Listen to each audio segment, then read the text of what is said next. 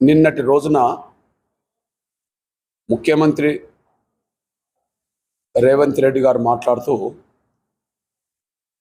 SC రిజర్వేషన్ల వర్గీకరణకు కాంగ్రెస్ కట్టుబడి ఉన్నదని,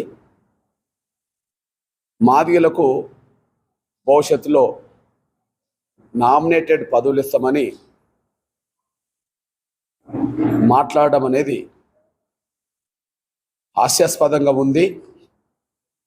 ఇది మాదిగ జాతిని అవమానించినట్టుగా ఉంది. ఎస్సీ రిజర్వేషన్ల వర్గీకరణకు కట్టుబడి ఉన్న పార్టీ కాంగ్రెస్ అవుతే, ఎస్సీ రిజర్వేషన్ల వర్గీకరణ వ్యతిరేకులకు ఎందుకు పార్లమెంటు టికెట్లో పెద్దపీటేశారు? ఎస్సీ రిజర్వేషన్ల వర్గీకరణ కోరుకునే మాదిగలకు ఎందుకు అసలే సీట్లు ఇవ్వకుండా చేశారు? దీనికి సూటిగా జవాబు చెప్పాలి. ఎస్సీ రిజర్వేషన్ల వర్గీకరణకు వ్యతిరేకంగా మాలలో, ఎస్సీ రిజర్వేషన్ల వర్గీకరణ కోరుకునేది మాదిగలు. ఇది దేశానికి మొత్తం తెలుసు. మరి 3 లోక్సభ రిజర్వేషన్ స్థానాల్లో, కంటోన్మెంటు అసెంబ్లీ స్థానంలో 4లో 1 కూడా మాదిగలకు ఇవ్వలేదు. అంటే ఎస్సీ రిజర్వేషన్ల వర్గీకరణ కోరుకునేది మాదిగలు, ఎస్సీ రిజర్వేషన్ వర్గీకరణ వ్యతిరేకించేది మాలలైనప్పుడు, మరి వర్గీకరణ వ్యతిరేకించే శక్తులకు పెద్దపీటేసి మేము వర్గీకరణకు కట్టుబడి ఉన్నామని మాట్లాడడం అనేది ఇది హాస్యాస్పదము. ఇది మాదిగ జాతిని అవమానించినట్టుగా మేము భావిస్తున్నాం. ఎస్సీ రిజర్వేషన్ల వర్గీకరణ కట్టుబడి రేవంత్ రెడ్డి గారు ఉంటే సమస్య పరిష్కారం చేయాల్సింది కేంద్రం. సమస్య పరిష్కరించాల్సింది కేంద్రమే అయినప్పుడు మీరే చెప్పారు, కాంగ్రెస్ పార్టీ ఇండియా కూటమి అధికారంలోకి వస్తే, కాంగ్రెస్ పార్టీ ఇండియా కూటమి అధికారంలోకి వస్తే మల్లికార్జున్ ఖర్గే గారు ప్రధానమంత్రి అవుతాడు, లేదా రాహుల్ గాంధీ గారు ప్రధానమంత్రి అవుతారని చెప్పి మీరే 2-3 రోజుల క్రితం ప్రకటన చేశారు. మల్లికార్జున్ ఖర్గే గారు కర్ణాటక రాష్ట్రానికి సంబంధించిన షెడ్యూల్ కులాల మాల కులస్తుడు.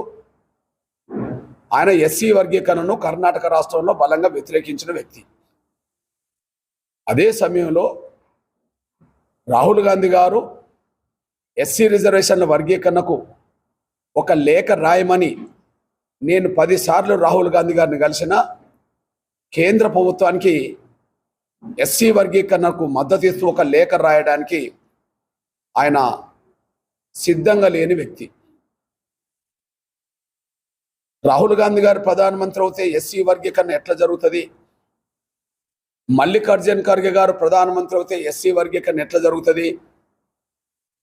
ఎస్సీ రిజర్వేషన్ల వర్గీకరణ జరగాలని పార్లమెంట్లో చర్చ జరిగితే ఎస్సీ రిజర్వేషన్ల వర్గీకరణ వ్యతిరేకించే వాళ్ళు పార్లమెంట్లో తెలంగాణ నుంచి ఉంటారేమో కానీ ఎస్సీ రిజర్వేషన్ వర్గీకరణ కోరుకునే వాళ్ళు పార్లమెంట్లో ఉండడానికి అవకాశం మీరు ఇవ్వలేదు కదా. ప్రధానమంత్రి మల్లికార్జున్ ఖర్గే అయినా మీ దృష్టిలో మీరు చెప్పినట్టు ఆయన మాకు వ్యతిరేకం. ప్రధానమంత్రి రాహుల్ గాంధీ గారైనా ఎస్సీ వర్గీకరణకు అనుకూలంగా ఒక లేఖ కూడా రాయని వ్యక్తి. ఆయన మాకు అనుకూలం కాదని రుజువు అవుతుంది. పార్లమెంట్లో చర్చ జరగాలనుకుంటే తెలంగాణ రాష్ట్రం నుంచి పార్లమెంటులో మాదిగల ప్రాతినిధ్యం లేకుండా చేసింది ఇప్పుడు మీరు. మరి మీరే ఎస్సీ వర్గీకరణ కట్టుబడినామని మాట్లాడడం అంటే హాస్యాస్పదం కాకపోతే మరేంటి?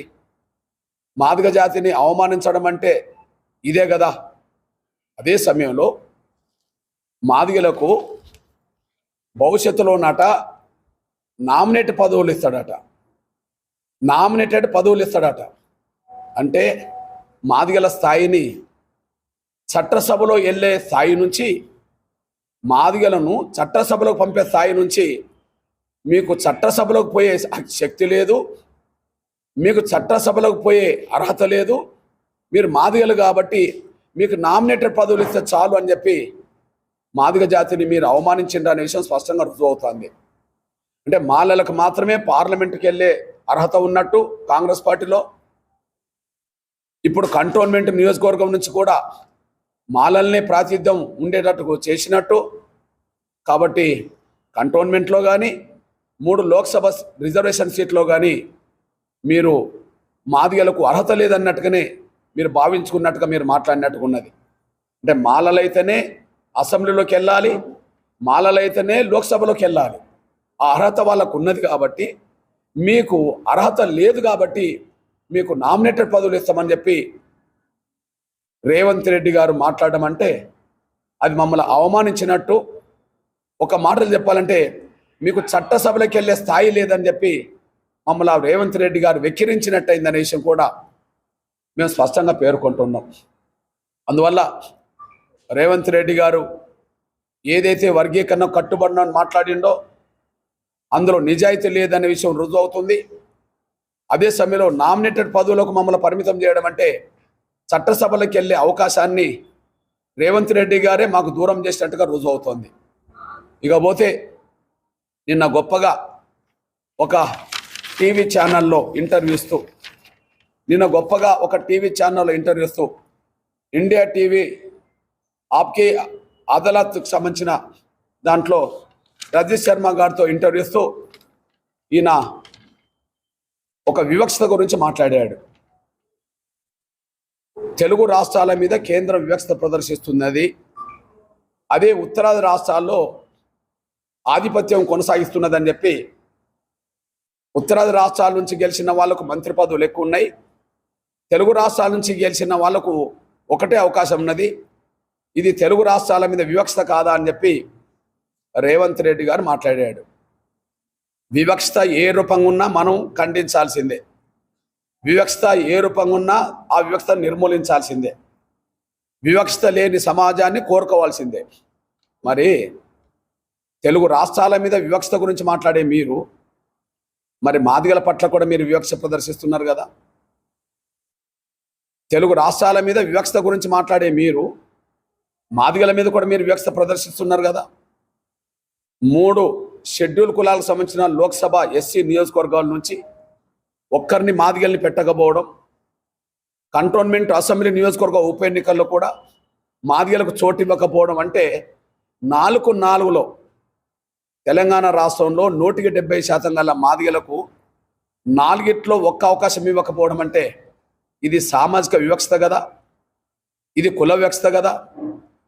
మరి ఉత్తరాది దక్షిణాది మధ్యలో వివక్షత గురించి మాట్లాడే మీరు, నేను వివక్షత ఏ రూపంగా ఉన్నా దాన్ని నిర్మూలించాల్సిందే అని చెప్పి నేను మాట్లాడుతున్నా.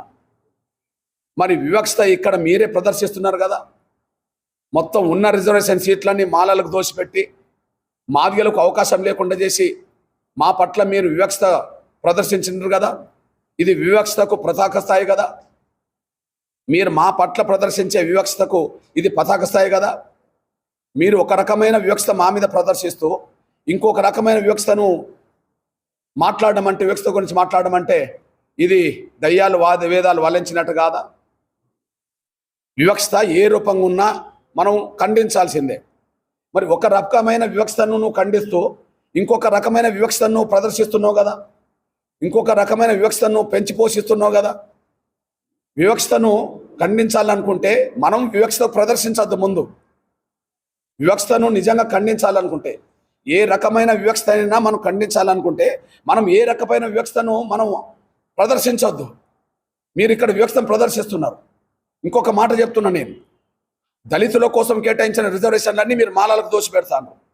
ఇక్కడ మాదిగలకు అన్యాయం చేశాను, మాదిగలకు సున్నం పెట్టినట్టు చేశాను. అట్లనే మరి జనరల్ స్థానాల్లో బీసీల పట్ల మీరు వివక్ష ప్రదర్శించుతున్నారు కదా.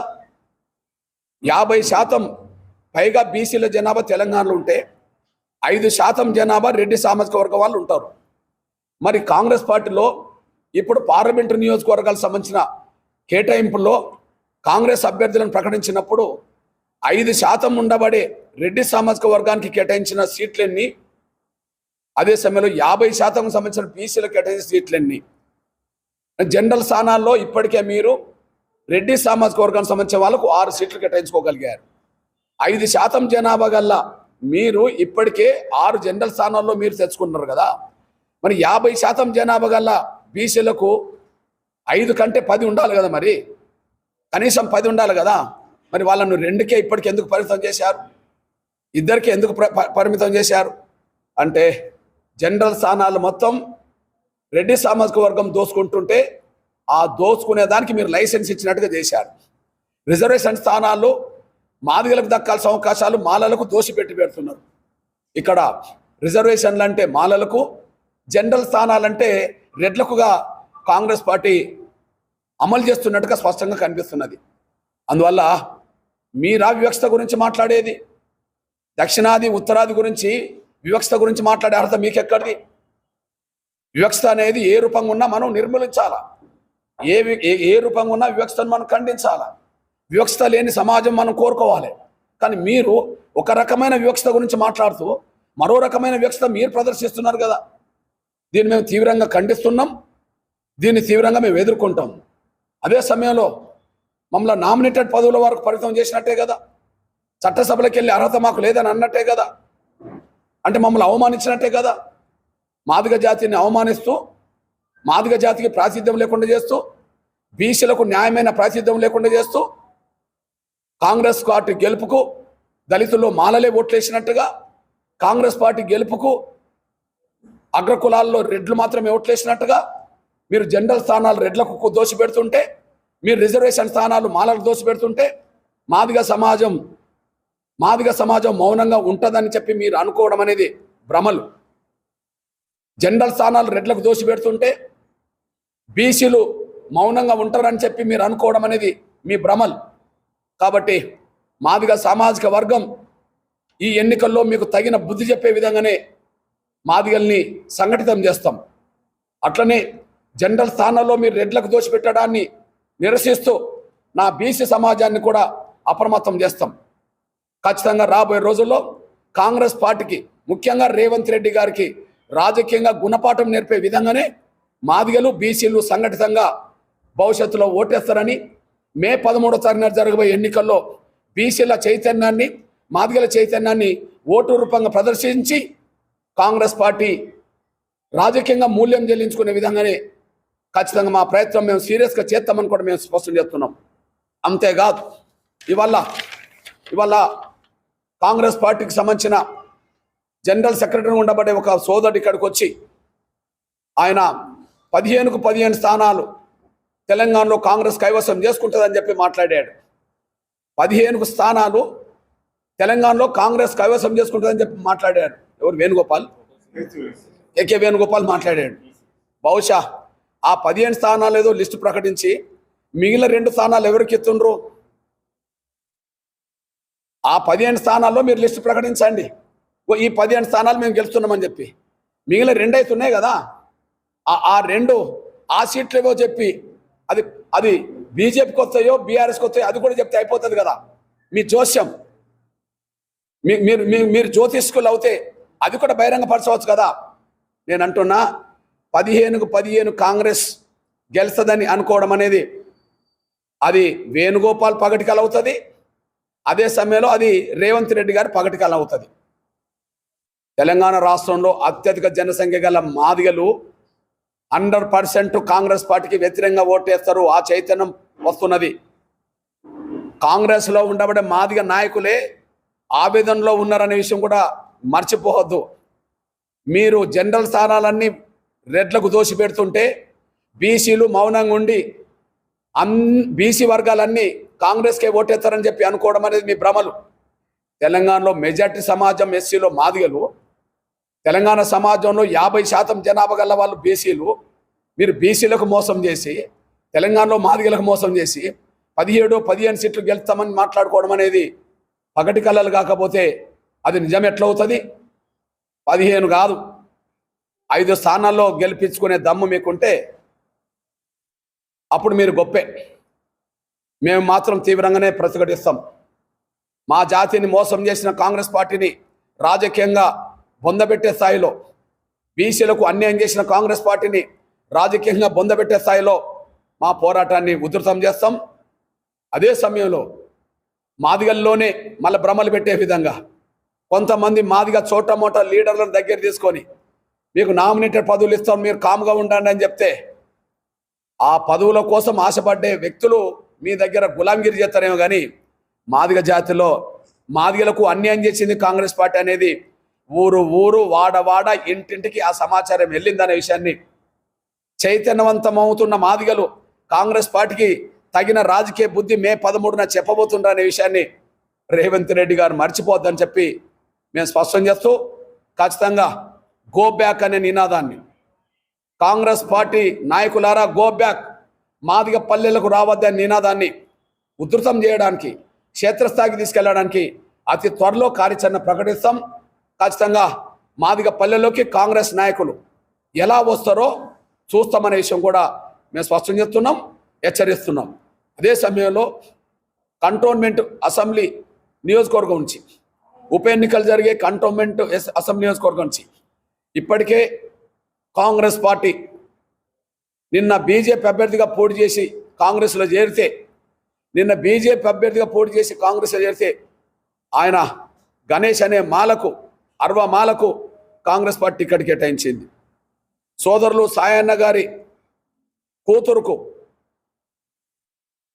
బీఆర్ఎస్ టికెట్ కేటాయించింది. ఇద్దరు, ఒకరు తెలుగు మాల సామాజిక వర్గానికి సంబంధించిన వ్యక్తి అయితే ఒకరు మాలకు సంబంధించిన వ్యక్తి. కానీ కాంగ్రెస్ పార్టీలో మాదిగలు ఎప్పటి నుంచో ఉన్నా మాదిగల్ని గుర్తించలేదు కాంగ్రెస్ పార్టీలో మాదిగలు ఎప్పటి నుంచో ఉన్నా మాదిగల్ని గుర్తించలేదు. అట్లనే బీఆర్ఎస్లో కూడా మాదిగలకు ఇక్కడ గుర్తింపు లేకుండా పోయింది. కాబట్టి నేను విజ్ఞప్తి చేస్తున్నా సోదరులు బీజేపీ తెలంగాణ రాష్ట్ర శాఖ అధ్యక్షులు కేంద్ర మంత్రి వర్యులు గౌరవ్ కిషన్ రెడ్డి గారికి విజ్ఞప్తి చేస్తున్నా క్షేత్రస్థాయిలో కంటోన్మెంట్ నియోజకవర్గ పరిధిలో ఉండబడే క్షేత్రస్థాయిలో బీజేపీని నమ్ముకున్నది బీజేపీ పరంగా సంస్థాగతంగా కమిటీలో డివిజన్లలో కమిటీలకు నాయకత్వం వహిస్తున్నది మెజార్టీ షెడ్యూల్ కులాల్లో మాదిగలు అనే విషయం కూడా మర్చిపోవద్దని నేను విజ్ఞప్తి చేస్తూ ఎన్నికలకు రాకముందు మాదిగలు బీజేపీలో కార్యకర్తలుగా బీజేపీని కాపాడే ప్రయత్నం చేస్తున్నారు. దయచేసి వాళ్ళ శ్రమను వాళ్ళ త్యాగాన్ని గుర్తించి కంటోన్మెంటు ఈ ఉప ఎన్నికల్లో కంటోన్మెంట్ నియోజకవర్గంలో జరిగే ఉప ఎన్నికల్లో ఖచ్చితంగా బీజేపీ అన్న మాదిగలకు కేటాయించాల్సిందిగా నేను సవినంగా మా సోదరులు కిషన్ రెడ్డి గారికి విజ్ఞప్తి చేస్తున్నా. తప్పకుండా మాదిగలకు కేటాయిస్తే తప్పకుండా పార్టీలకు అతీతంగా సంఘాలకు అతీతంగా మాదిగ సామాజిక వర్గమే కాకుండా అన్యాయం జరిగిన మాదిగ వర్గానికి సమాజం కూడా అండగా నిలబడి మాదిగల అభ్యర్థి గెలుపు కోసం బీజేపీలో నిలబెట్టే మాదిగ అభ్యర్థి గెలుపు కోసం తప్పకుండా అందరూ కష్టపడి గెలిపిస్తారనే విషయం కూడా గుర్తు చేస్తూ ఖచ్చితంగా కంటోన్మెంట్ అసెంబ్లీ నియోజకవర్గం నుంచి బీజేపీ అభ్యర్థిగా మాదిగలకు అవకాశం ఇవ్వాలని చెప్పి నా సోదరుడు గౌరవ్ కిషన్ రెడ్డి గారికి విజ్ఞప్తి చేస్తున్నా. మా విజ్ఞప్తిని మన్నించాలని కోరుతున్నా.